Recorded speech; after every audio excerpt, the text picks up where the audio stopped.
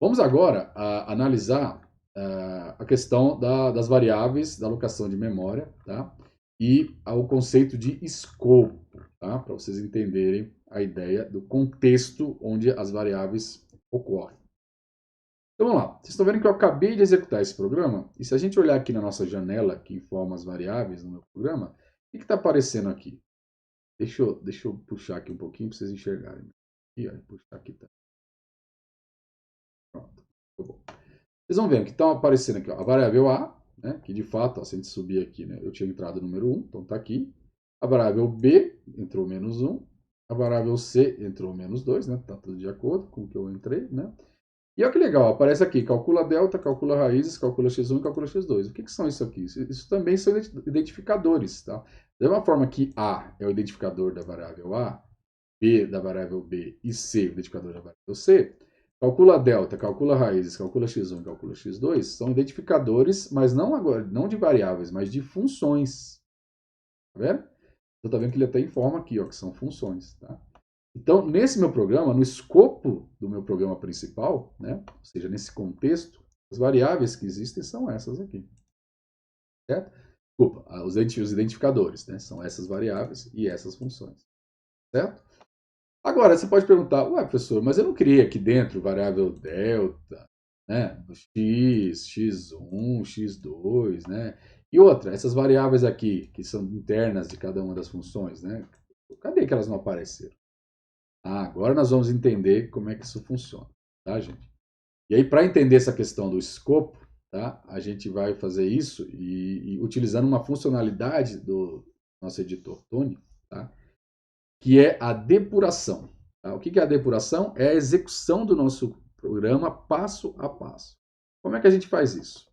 Vamos voltar aqui em cima. Vocês estão vendo aqui que tinha aquele botãozinho verde da execução, que a gente já está usando, né?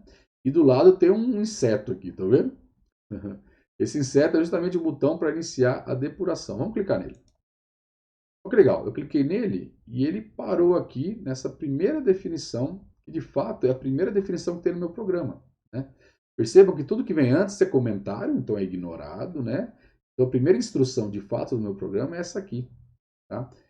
E por que ele parou aqui? Vocês podem ver também que o programa não executou, ele não pediu aqui para eu entrar com dados. Justamente porque ele está executando passo a passo. E o primeiro passo é analisar essa declaração dessa função. Tá? E aí ele para e espera que você tome uma decisão, se você quer ir para o próximo passo e assim por diante. Tá? Aí aqui em cima, vocês vão ver que existem controles para a gente controlar a forma que a gente vai caminhar nesse nosso programa, na execução do nosso programa durante a depuração. Tá? Então a gente tem uma opção que é simplesmente passar por cima de uma instrução, ou seja, ele pula e vai para a próxima. Tem uma opção que ele entra para a execução, tá? Então esse aqui seria o caso que ele vai passo a passo. E tem uma opção que você sai fora de algum contexto, por exemplo, de uma função, e continua a execução. E tem esse último botão aqui, que é o Resume, né, que é para continuar a execução. Se você clicar nele, ele vai deixar de fazer passo a passo e vai simplesmente continuar a execução do seu programa. Vamos fazer passo a passo, então, para a gente entender? Então, vamos lá. Então, vamos fazer o primeiro passo. Bom, olha lá. Tá vendo que ele já saiu dessa definição e pulou para cá. Por quê? Ele simplesmente identificou que havia uma declaração de uma função. Tá? Passado essa instrução, ele passa a conhecer que existe o identificador calcula delta como sendo o identificador de uma função que aqui está definida. Certo? Mas percebam que ele não está entrando em cada instrução interna da função. Por quê? Porque eu não estou executando a função agora. Estou apenas declarando essa função. Da mesma forma, se eu pular aqui, ele vai para calcula x2, e se eu pular aqui, ele vai para calcula raiz. Mas percebam que ele não está entrando nas instruções da função. Está simplesmente declarando esses identificadores. Tá? Quer ver? Eu vou pular, ó. Tá vendo? Ele não entrou aqui dentro. Ele pulou direto para a próxima instrução do meu programa, que é esse print. Tá? Perfeito? Por que isso acontece dessa forma? Porque a gente está executando o programa. Tá? Então a gente não chamou nenhuma dessas funções. Então não tem por que ele entrar dentro delas neste momento. Vamos em frente. Então, agora eu estou na função print. Tá? Se eu continuar, olha como é que ele trata a função print. Ele chegou nela, aí a primeira coisa que ele vai identificar, opa, essa é a função que eu tenho que tratar. Aí percebam que ele agora restringiu a string, ou seja, que são os argumentos da função print. Aí ele vai tratar esses argumentos. Tá? No caso aqui é uma string comum, então não tem nada que precisa ser feito. Né? Aí ele volta e executa de fato a função print. Pum. Percebam que eu executei a função print e aqui embaixo apareceu, né, o resultado aqui, que é a impressão. Outro detalhe para você perceber é que aqui apareceu um none. O que isso quer dizer? Esse none é o retorno da função print. E por que none? Porque a função print é um exemplo de uma função que ela não retorna nada, né? Ou ela tem um retorno nulo ou vazio, certo? Então tá aqui, o retorno dela é nenhum, certo? Vamos para o próximo. Próxima instrução. Próxima instrução é essa minha atribuição, né? Que eu faço a variável A receber, né, o float, né, do input, né, que vai ser a entrada. Então vamos analisar passo a passo. Ó. Aí ele primeiro vai para o float input. Tá, vou analisar a parte interna, vou tratar o input. Vou tratar o input, tem um string dentro dele, vou analisar esse string, tá? Não tem nada que precisa ser feito.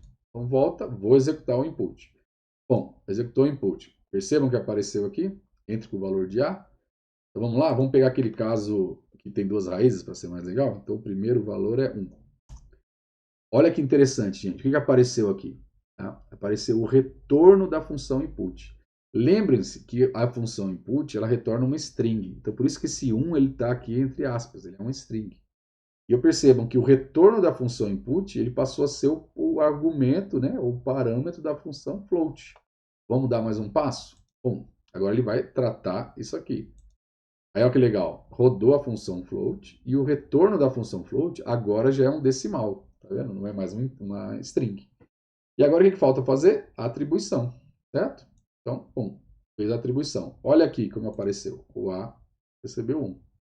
Da mesma forma que os identificadores das funções anteriores já estão aqui, porque passamos pelas declarações.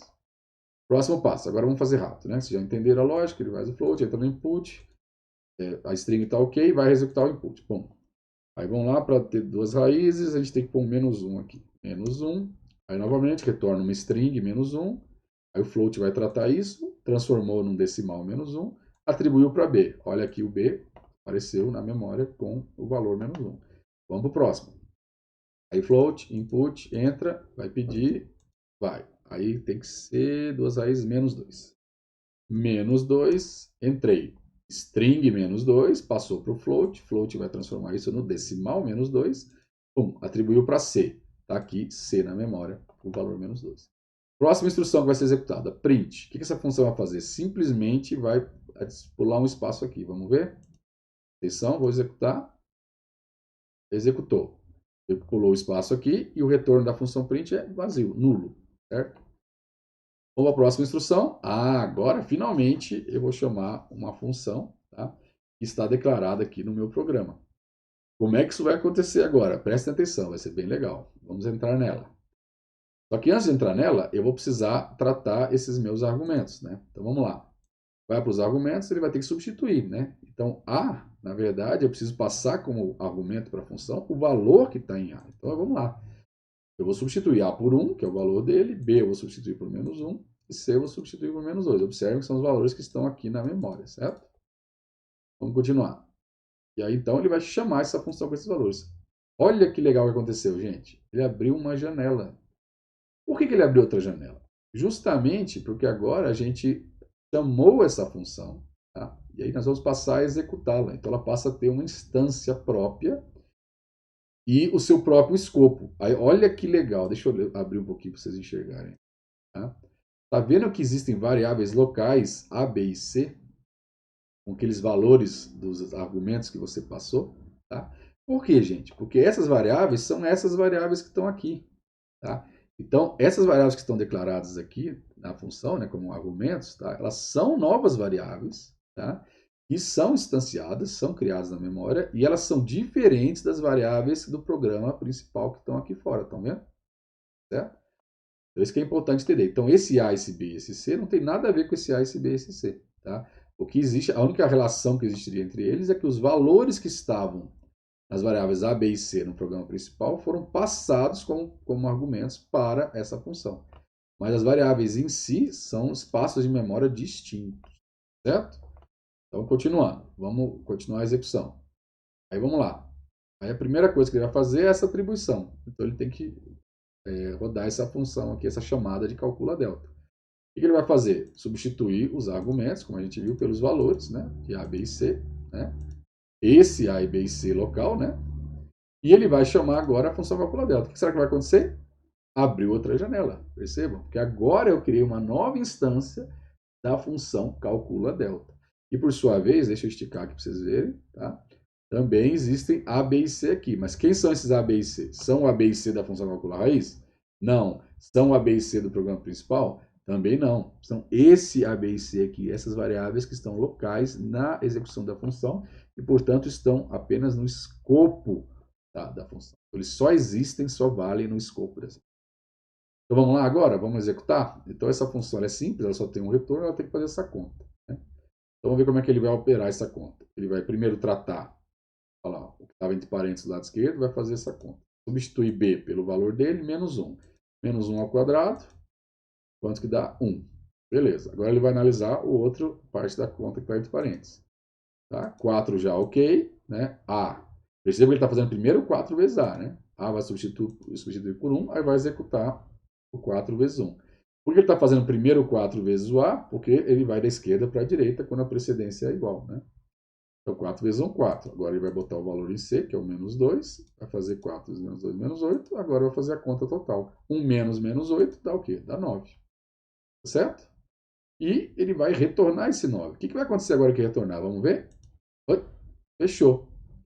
Percebam que fechou, por quê? Porque a função terminou de executar, ela retornou um valor.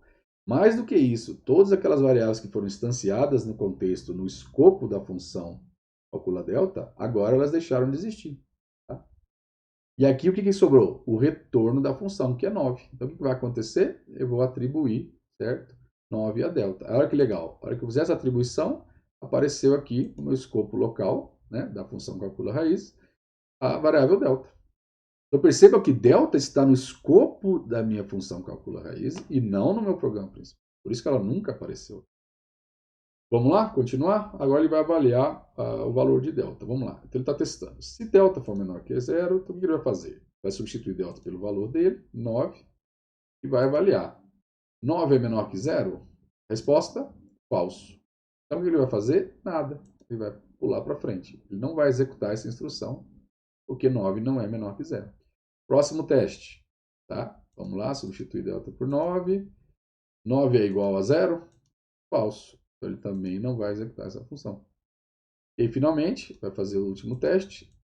Substitui, né? 9 é maior que 0? Verdadeiro.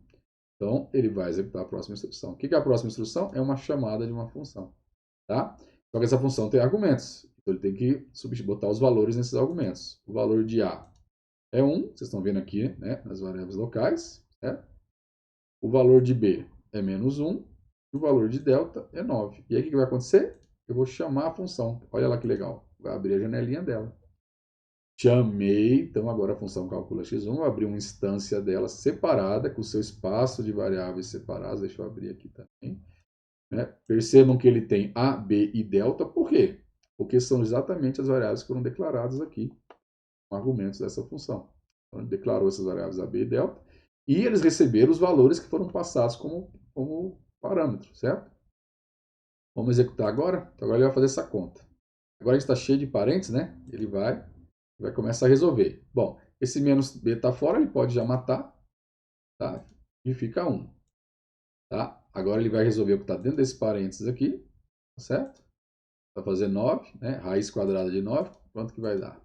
Vai dar 3, certo? Agora ele pode matar essa conta aqui, certo? Não tem problema, 4. Finalmente ele vai lidar com a divisor. Vai fazer 2 vezes 1, que o A era o valor 1. Né? Vai dar 2. Finalmente ele vai fazer a conta, 4 dividido por 2. Vai dar 2, vai retornar. Atenção, fechou. Retornou o valor, a instância de calcula x1 foi fechada, todas as variáveis locais deixaram de existir, sobrou só o retorno, que é o valor 2. Vamos atribuir. Atribuiu, apareceu aqui, x1 igual a 2. Certo? Vou aumentar um pouquinho mais aqui, porque vai aparecer o x2 daqui a pouco. Vamos agora executar o x2, mesma coisa, né? Substitui aqui os argumentos pelos valores, né? Que são aqueles valores que estão aqui localmente nas variáveis. E vamos mandar, abriu. Mesma coisa, tá, gente? Vou passar rápido, né? Aí, só abrir aqui de novo para vocês enxergarem, né? São as variáveis locais dessa instância da função calcula x2. Aí vamos lá, b virou menos 1, faz a conta 1, delta vira 9, vira a raiz fica 3, menos 2. 2 multiplica por 1, vira 2, menos 2 dividido por 2, menos 1, vai retornar. Pum, fechou. A instância de cálculo x2 deixou de existir, as variáveis locais deixaram de existir, né? Voltou para o contexto da função calcula raízes, certo? Então, voltou para o escopo da função calcula raízes, e o que tem aqui é o retorno da função calcula x2. Vamos lá, vai atribuir, apareceu aqui, x2 recebeu menos 1, que é o resultado. E agora ele vai executar esse print. Né? Vamos lá, vamos avaliar o print. Aí ele vai entrar, vamos avaliar a string. Opa, essa string é uma f-string, então ele tem que fazer as substituições. Fez as substituições. Então, o que era x1, ele substituiu pelo valor da variável x1, né, que está aqui. O que era x2, que estava aqui, ele substituiu pelo valor da variável x2. Tá certo? E aí ele vai, executa, tá? Retorno nenhum, né, ou vazio, ou nulo, né, porque a função print não tem retorno. E fechou a instância da função calcula raízes. Por quê? Porque ela terminou. Né? Terminou, olha como é que está aqui. None, né? Percebam que o retorno da função calcula raízes é nulo também.